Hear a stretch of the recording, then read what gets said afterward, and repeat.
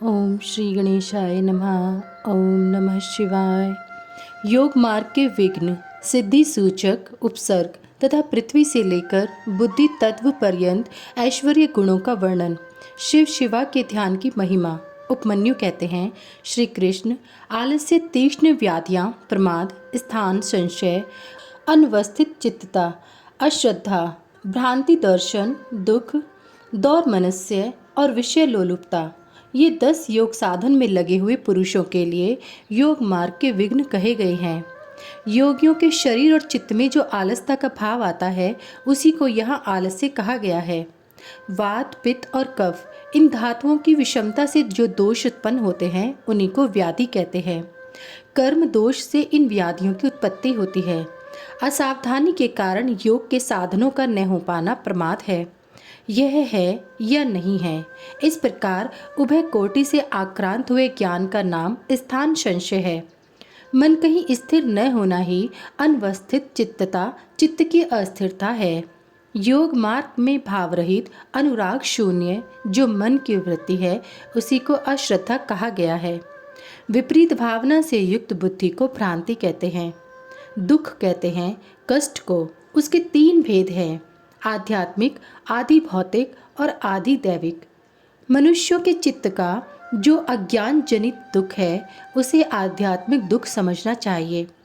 पूर्वकृत कर्मों के परिणाम से शरीर में जो रोग आदि उत्पन्न होते हैं, उन्हें आदि भौतिक दुख कहा गया है।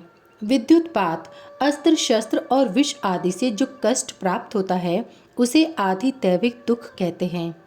इच्छा पर आघात पहुंचने से मन में जो क्षोभ होता है, उसी का नाम दौर मनस्य। विचित्र विषयों में जो सुख का भ्रम है, वही विषय लोलुपता है। योग परायण योगी के इन विघ्नों के शांत हो जाने पर जो दिव्य उपसर्ग विघ्न प्राप्त होते हैं, वे सिद्धि के सूचक हैं।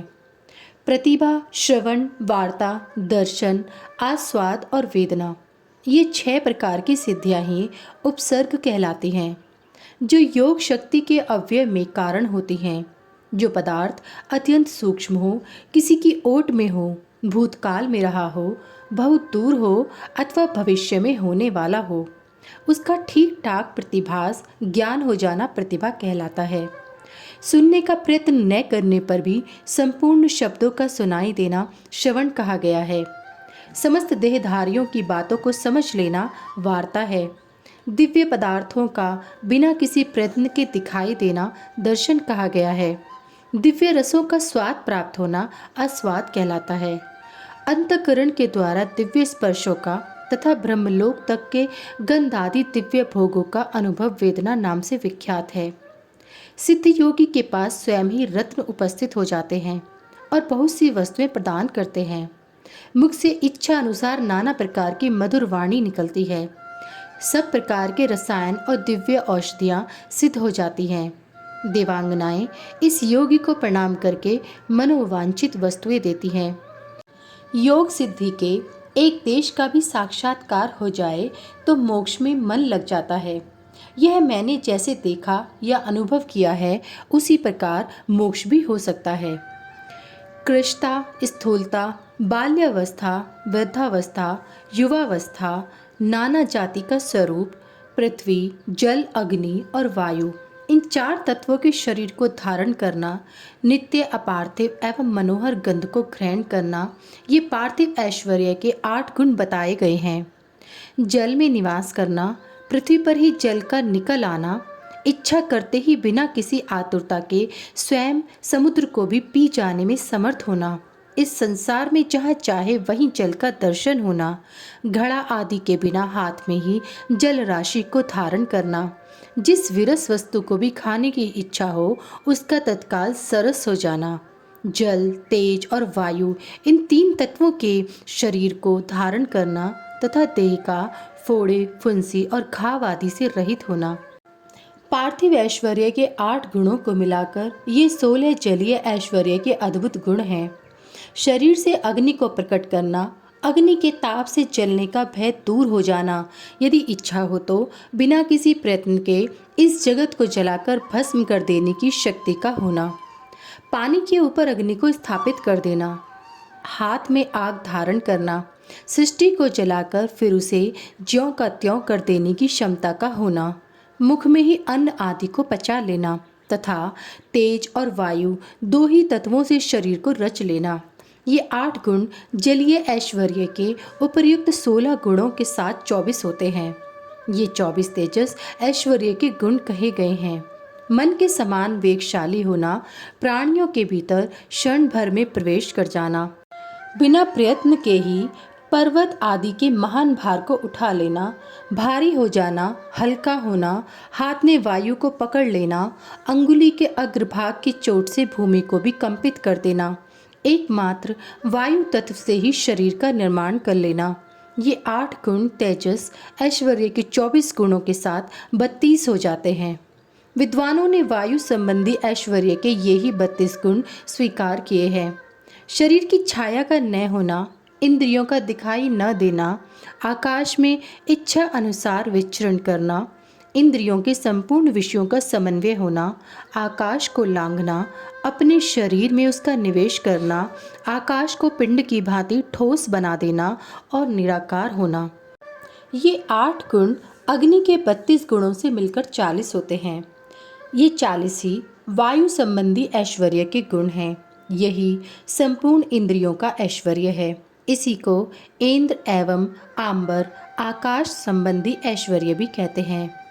इच्छा अनुसार सभी वस्तुओं की उपलब्धि, जहाँ चाहे वहाँ निकल जाना, सबको अभिभूत कर लेना, संपूर्ण गुह्य अर्थ का दर्शन होना, कर्म के अनुरूप निर्माण करना, सबको वश में कर लेना, सदा प्रिय वस्तु का ही दर्शन होना और एक ही स्थान में संपूर्ण संसार का दिखाई देना, ये 8 गुण पूर्वोक्त इंद्रिय संबंधी ऐश्वर्य गुणों से मिलकर 48 होते हैं। चांद्रमस ऐश्वर्य इन 48 गुणों से युक्त कहा गया है। यह पहले के ऐश्वर्य से अधिक गुण वाला है। इसे मानस ऐश्वर्य भी कहते हैं। छेदना, पीटना, बांधना, खोलना, संसार के वश में रहने वाले समस्त प्राणियों को ग्रहण करना, सबको प्रसन्न रखना, पाना, मृत्यु को जीतना तथा काल पर विजय पाना, ये सब अहंकार संबंधी ऐश्वर्य के अंतर्गत आते हैं। अहंकारिक ऐश्वर्य को ही प्रजापत्य भी कहते हैं। चांद्रमस ऐश्वर्य के गुणों के साथ इसके 8 गुण मिलकर 56 होते हैं। महान अभिमानिक ऐश्वर्य के ये ही 56 गुण हैं। संकल्प मात्र से सृष्टि रचना करना, पालन करना, संहार करना, सबके ऊपर अपना अधिकार स्थापित करना, प्राणियों के चित्त को प्रेरित करना, सब में अनुपम होना, इस जगत से पृथक नए संसार की रचना कर लेना तथा शुभ को अशुभ और अशुभ को शुभ कर देना, यह बहुत ऐश्वर्य है। प्रजापत्य ऐश्वर्य के गुणों को मिलाकर इसके 64 गुण होते हैं। इस बौद्ध ऐश्वर्य को ही ब्रह्म ऐश्वर्य भी कहते हैं। इससे उत्कृष्ट है गौण ऐश्वर्य, जिसे प्राकृत भी कहते हैं। उसी का नाम वैष्णव ऐश्वर्य है। तीनों लोकों का पालन उसी के अंतर्गत है। उस संपूर्ण वैष्णव पद को न तो ब्रह्मा कह सकते हैं और न दूसरे ही उसका पूर्णतः वर्णन कर सकते हैं। उसी को पौरुष पद भी कहते हैं। गौण और पौरुष पद से उत्कृष्ट गणपति पद है। उसी को ईश्वर पद भी कहते हैं। उस पद का किंचित ज्ञान श्री विष्णु को है, दूसरे लोग उसे नहीं जान सकते। ये सारी विज्ञान सिद्धियां औपसर्गिक हैं। इन्हें परम वैराग्य द्वारा प्रयत्नपूर्वक रोकना चाहिए। इन अशुद्ध प्रतिभा से गुणों में जिसका चित्त आसक्त है, उसे संपूर्ण कामनाओं को पूर्ण करने वाला निर्भय परम ऐश्वर्य नहीं सिद्ध होता। इसलिए देवता, असुर और राजाओं के गुणों तथा भोगों को जो तृण के समान त्याग देता है, उसे ही उत्कृष्ट योग सिद्धि प्राप्त होती है। अथवा यदि जगत पर अनुग्रह करने की इच्छा हो तो वह योग सिद्ध मुनि इच्छा अनुसार विचरे। इस जीवन में गुणों और भोगों का उपभोग करके अंत में उसे मोक्ष की प्राप्ति होगी। अब मैं योग के प्रयोग का वर्णन करूँगा। एकाग्रचित होकर सुनो। शुभ काल हो, शुभ देश हो, भगवान शिव का क्षेत्र आदि हो, एकांत स्थान हो, जीव जंतु न रहते हों, कोलाहल न होता हो और किसी बाधा की संभावना न हो, ऐसे स्थान में लिपि पुती सुंदर भूमि को गंध और धूप आदि से सुवासित करके वह फूल बिखेर दें। चंदोवा आदि तान कर उसे विचित्र रीति से सजा दें तथा वह कुश पुष्प समिधा, जल, फल और मूल की सुविधा हो। फिर वहाँ योग का अभ्यास करें। अग्नि के निकट, जल के समीप और सूखे पत्तों के ढेर पर योगाभ्यास नहीं करना चाहिए। जहाँ डांस और मच्छर भरे हों, सांप और हिंसक जंतुओं की अधिकता हो, दुष्ट पशु निवास करते हों, भय की संभावना हो तथा जो दुष्टों से घिरा हुआ हो, ऐसे स्थान में भी योगाभ्यास नहीं करना चाहिए। शमशान में चैत्य वृक्ष के नीचे, बांबी के निकट, जीर्ण शीर्ण घर में, चौराहे पर, नदी, नद और समुद्र के तट पर, गली या सड़क के बीच में, उजड़े हुए उद्यान में, गोष्ठ आदि में, अनिष्टकारी और निंदित स्थान में भी योगाभ्यास न करें। जब शरीर में अजीर्ण का कष्ट हो, खट्टी डकार आती हो, विष्ठा और मूत्र से शरीर दूषित हो, सर्दी हुई हो या अतिसार रोग का प्रकोप हो, अधिक भोजन कर लिया हो या अधिक परिश्रम के कारण थकावट हुई हो, जब मनुष्य अत्यंत चिंता से व्याकुल हो, अधिक भूख प्यास सता रही हो तथा जब वह अपने गुरुजनों के कार्य आदि में लगा हुआ हो, उस अवस्था में भी उसे योगाभ्यास नहीं करना चाहिए। जिसकी आहार विहार उचित एवं परिमित हो, जो कर्मों में यथा योग्य समुचित चेष्टा करता हो तथा जो उचित समय से सोता और जागता हो, वह सर्वथा आयास रहित हो, उसी को योगाभ्यास में तत्पर रहना चाहिए।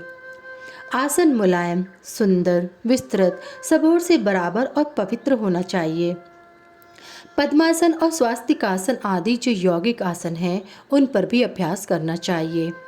अपने आचार्य पर्यंत गुरुजनों की परंपरा को क्रमश प्रणाम करके अपनी गर्दन, मस्तक और छाती को सीधी रखें।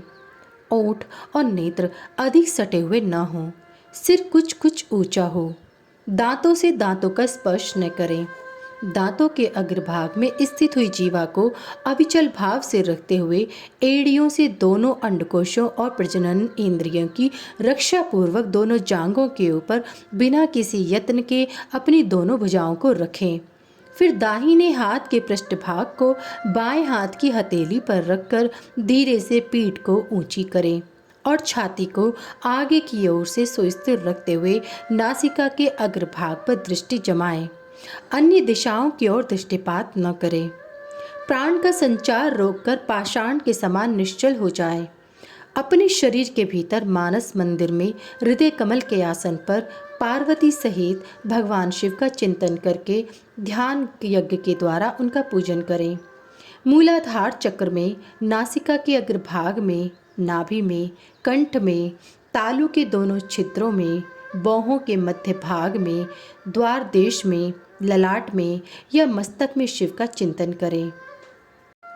शिवा और शिव के लिए यथोचित रीति से उत्तम आसन की कल्पना करके वहां सावरण या निरावरण शिव का स्मरण करें। द्विदल, चतुर्दल, षटदल, दशदल, द्वादश दल अथवा षोडश दल कमल के आसन पर विराजमान शिव का विधिवत स्मरण करना चाहिए। दोनों बाहों के मध्य भाग में द्विदल कमल है जो विद्युत के समान प्रकाशमान है। भ्रू मध्य में स्थित जो कमल है उसके क्रमश दक्षिण और उत्तर भाग में 2 पत्ते हैं जो विद्युत के समान दीप्तिमान हैं। उनमें 2 अंतिम वर्ण ह और क्ष अंकित हैं। षोडश दल कमल के पत्ते 16 स्वरूप हैं जिनमें अ से लेकर अह तक के अक्षर क्रमश अंकित हैं। यह जो कमल है उसके नाल के मूल भाग से 12 दल प्रस्फुटित हुए हैं जिनके क से लेकर ठ तक के 12 अक्षर क्रमश अंकित हैं। सूर्य के समान प्रकाशमान इस कमल के उन 12 दलों का अपने हृदय के भीतर ध्यान करना चाहिए। तत्पश्चात गौ दुग्ध के समान उज्ज्वल कमल के 10 दलों का चिंतन करें। उनमें क्रमश ड से लेकर फ तक के अक्षर अंकित हैं। इसके बाद नीचे की ओर दल वाले कमल के 6 दल हैं जिनमें ब से लेकर ल तक के अक्षर अंकित हैं। इस कमल की कांति धूम रहित अंगार के समान है। मूलाधार में स्थित जो कमल है उसकी कांति सुवर्ण के समान है। उसमें क्रमश व से लेकर स तक के 4 अक्षर 4 दलों के रूप में स्थित हैं। इन कमलों में से जिसमें ही अपना मन रमे, उसी में महादेव और महादेवी का अपनी धीर बुद्धि से चिंतन करें। उनका स्वरूप अंगूठे के बराबर निर्मल और सब ओर से दीप्तिमान है, अथवा वह शुद्ध दीप शिखा के समान आकार वाला है और अपनी शक्ति से पूर्णता मंडित है, अथवा चंद्रलेखा या तारा के समान रूप वाला है, अथवा वह निवार के सींक या कमलनाल से निकलने वाले सूत के समान है। कदम्ब के गोलक या ओस के कण से भी उसकी उपमा दी जा सकती है।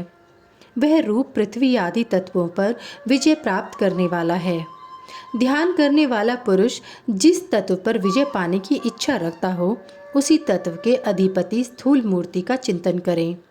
ब्रह्मा से लेकर सदाशिव पर्यंत तथा भव आदि 8 मूर्तियां ही शिव शास्त्र में शिव की स्थूल मूर्तियां निश्चित की गई हैं।